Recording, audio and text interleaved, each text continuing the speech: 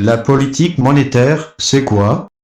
La politique monétaire, c'est l'action par laquelle la banque centrale arrive à réguler le niveau de liquidité, c'est-à-dire la quantité de monnaie en circulation dans une économie.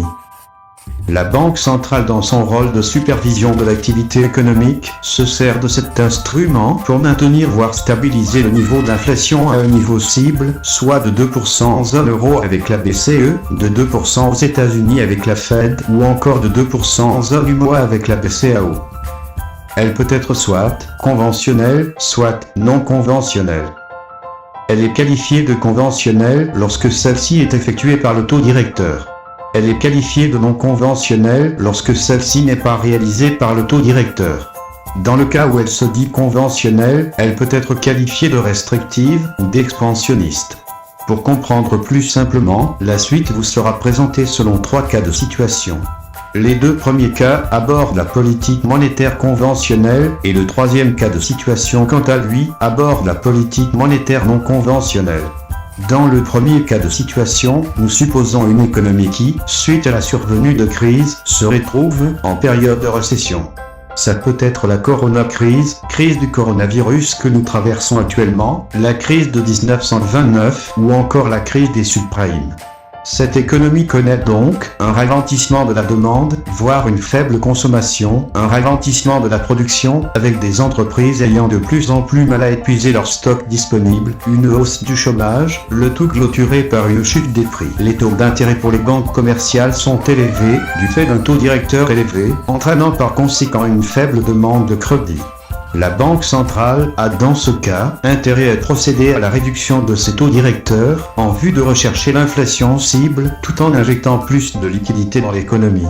Cette situation engendrant une augmentation de la quantité de monnaie en circulation permettra entre autres de relancer la demande de crédit, de relancer la consommation, par conséquent la production, voire la réduction du taux de chômage et le plus important de rehausser le niveau des prix, autrement dit de rechercher de l'inflation. On dit dans ce cas que la Banque centrale a appliqué une politique monétaire expansionniste. Passons maintenant au 2e cas de situation. Dans le 2e cas de situation, l'économie dans le premier cas réussirait à décoller et connaître de l'expansion.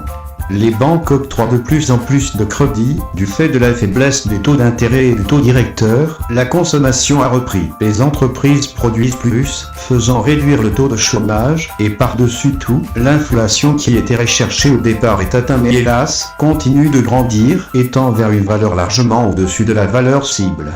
Dans ce cas, la Banque centrale, dans son rôle de maintenir le niveau d'inflation à une valeur cible, a intérêt à procéder à l'augmentation de ses taux directeurs.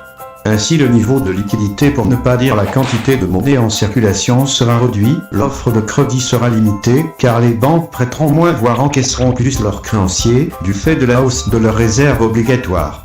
On dit dans ce cas que la Banque centrale a appliqué une politique monétaire restrictive. Passons maintenant au 3e cas de situation. Dans le 3e cas de situation, nous supposons le premier cas où l'économie traverse une période de récession, mais à la différence de celui-ci, la Banque centrale a déjà procédé à la réduction de ses taux directeurs en vue de relancer l'économie. Hélas, l'effet escompté n'est pas ce qu'on observe réellement, car malgré cette baisse des taux directeurs, la demande de crédit est toujours faible, et pire, les prix continuent de chuter fortement, plongeant l'économie dans une situation de déflation. L'une des origines de cette déflation peut être le fait que les entreprises supportent de moins en moins de coûts de production, les incitant ainsi à offrir leurs produits à des prix de moins en moins faibles. Cela peut être la chute du prix du baril du pétrole, or noir de ce 21e siècle, car bon nombre d'entreprises en dépendent encore fortement. Les ménages, s'apercevant que les prix chutent de plus en plus, auront tendance à reporter leur désir de consommation en vue de moins dépenser. Par conséquent, cette situation fera que les entreprises auront de plus en plus mal à épuiser leur stock de marchandises. Situation aggravant encore plus la chute des prix. Comme vous pouvez le constater, la politique monétaire conventionnelle s'avère ici inefficace, et on a l'impression que l'économie se retrouve dans une zone de trappe à la liquidité. Dans ce cas, que faut-il alors pour relancer la demande de crédit, la consommation, voire la production, par-dessus tout la recherche d'une inflation vers la valeur cible, puisqu'on s'en éloigne à la baisse de jour en jour?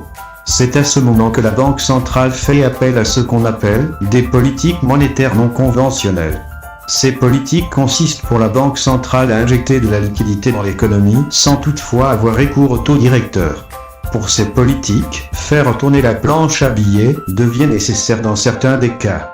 Parmi ces politiques monétaires non conventionnelles, nous citons la quantitative easing ou assouplissement quantitatif et l'hélicoptère monnaie.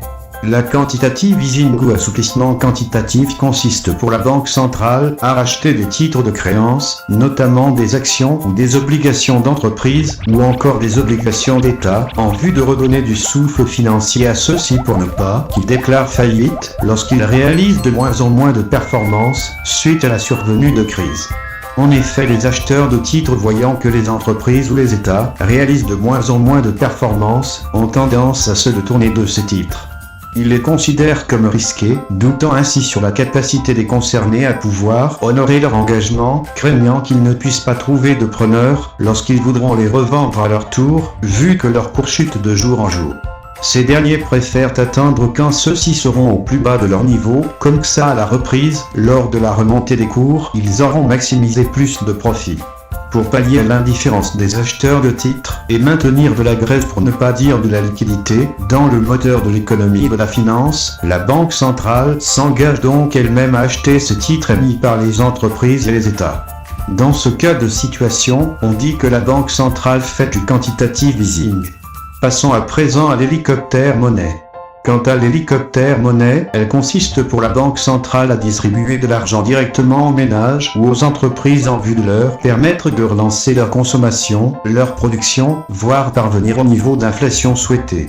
Enfin, les politiques monétaires non conventionnelles ont été expérimentées juste après la crise des subprimes et continuent d'être expérimentées aujourd'hui pour surmonter la coronacrise.